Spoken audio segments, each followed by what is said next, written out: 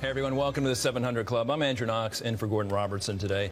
Israel's Prime Minister Benjamin Netanyahu confirms there is a ceasefire and hostage deal with Hamas. It still needs approval, though, from the Israeli government.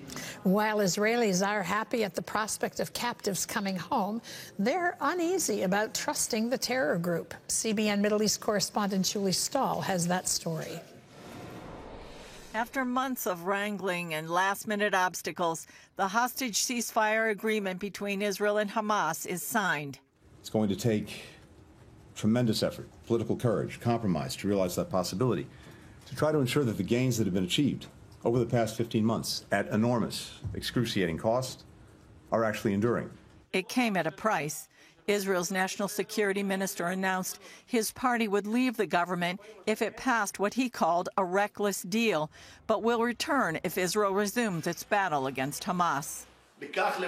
In fact, this deal will end all the achievements we were able to bring to the State of Israel.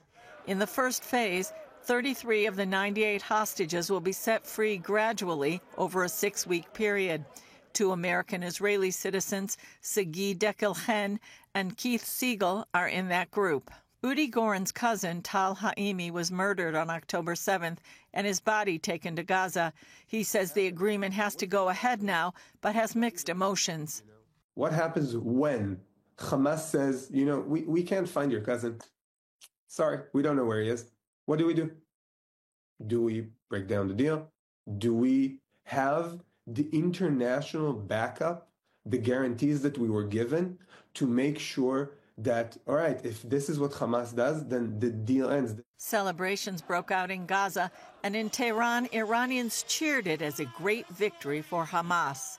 Israelis were more skeptical. I think on the ground here in Israel, the consensus that I'm getting is that we're all a bit confused. You know, the feelings and the emotions are very confusing about this. Obviously, everybody is ecstatic about the fact that we're going to have hostages coming back home. Israeli content creator Tal Oren told CBN News it's the context in which the deal is happening that has people asking questions. I can tell that it's rubbing a lot of people the wrong way, and I myself don't even really know 100% how to feel, and I think that's actually the consensus in the country right now. At Jerusalem's open-air market, feelings were mixed. I think we lost all over with the decision we made, the agreement we gave Hamas, everything they asked for. We get almost nothing. I'm very happy that we got our hostages back. It's unfortunate that it had to take this long, but I'm happy that we got them back. It's also unfortunate that, based on what I feel from the deal, I don't think that all of them will be released.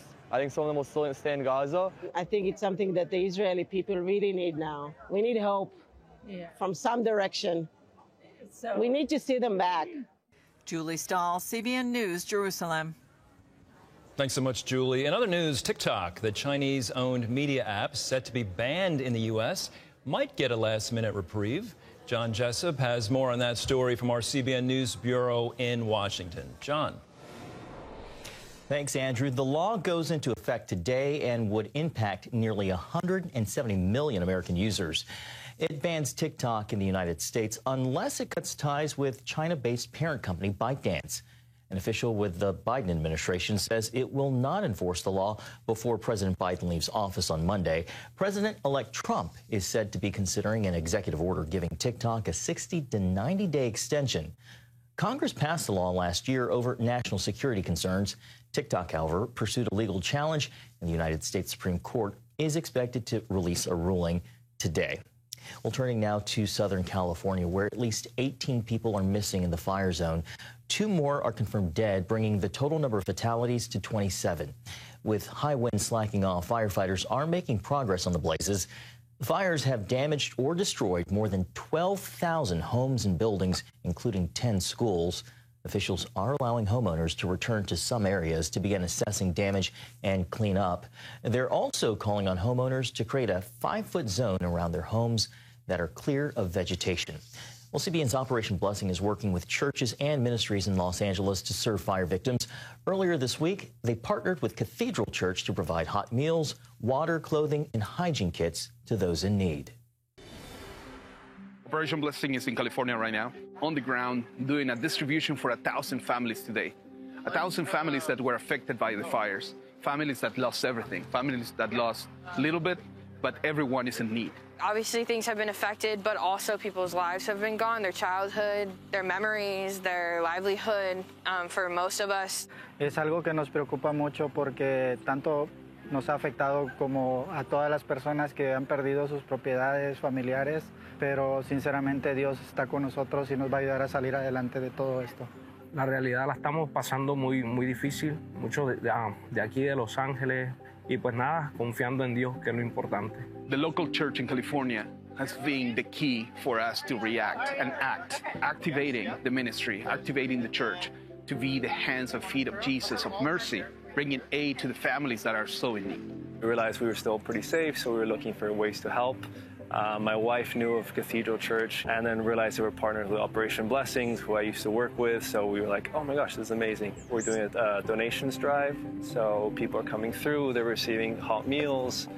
They fill a sheet of different needs they might need, clothing, diapers, water, whatever, any way we can help them. We are committed to be here to support the families, to support the ministries that are firsthand helping the families, helping people, thanks to you. This is such a blessing for us, and I know it'll be a blessing for our neighbors. I appreciate you guys for your support. It's been incredible just to be able to witness that, people's hearts and coming together. Muy lindo de su parte de ustedes que nos estén ayudando con comida, que nos estén ayudando a todos los angelinos con víveres, con pañales, con todo lo que necesita la gente. Me siento muy contento y que Dios los bendiga de gran manera, de verdad, de corazón. It really is beautiful to see Operation Blessing and the church, local churches, come together in people's time of need, Andrew. John, that's the same word I was thinking, that there is beauty in the midst of this rubble and tragedy and the horrific scenes we're seeing. The church coming together, it can and is beautiful. When people lose everything, have you thought of this? They have lost everything. Fortunately, most people, there hasn't been lives lost, but they have literally lost everything. Have you considered what you would do if everything was gone? How do you start again? Well, you need the basic essentials for life. That's step number one. But you need hope. You need to know someone cares. You need someone to hold your hand and say, we love you, we're here for you. And that's the beautiful thing we are seeing. Local churches are partnering with Operation Blessing, who are partnering with volunteers, who are loving on people who are victims of this situation. That beautiful circle, churches, Operation Blessing, volunteers, and the victims. People finding hope. And we're thrilled to bring you that report because you're helping make Operation Blessing possible to facilitate fulfilling those needs. When you're a 700 Club partner, a portion of your gift goes to Operation Blessing. So right now, CBN partners, you're having a direct impact on the relief and giving people hope. I encourage you today, if you're not a CBN partner, today is a great day to join the 700 Club, and you can help people through Operation Blessing. It's only $20 a month. That's 65 cents a day. You can give us a call, 1-800-700-7000. You can go to cbn.com. However you wish to join us, just say, I want to join the 700 Club. $20 a month. This has been a great week. We're in a telethon this week, and people have been joining the 700 Club and helping support our arm there, Operation Blessing. In fact, just yesterday, some really exciting things happened. Someone from Clovis, California, $1,000 gift. Brighton, Colorado, $5,700. We had Baltimore, Maryland, Terry, $5,000. All this yesterday. Liberty Center, Ohio, $5,000. Alameda, California, there's a gift directly from California, $15,000. That was all yesterday. So we just want to say thank you to all of you this week who have partnered with us. Join the 700 Club, and it's not too late to do it. Give us a call, 1-800-700-7000.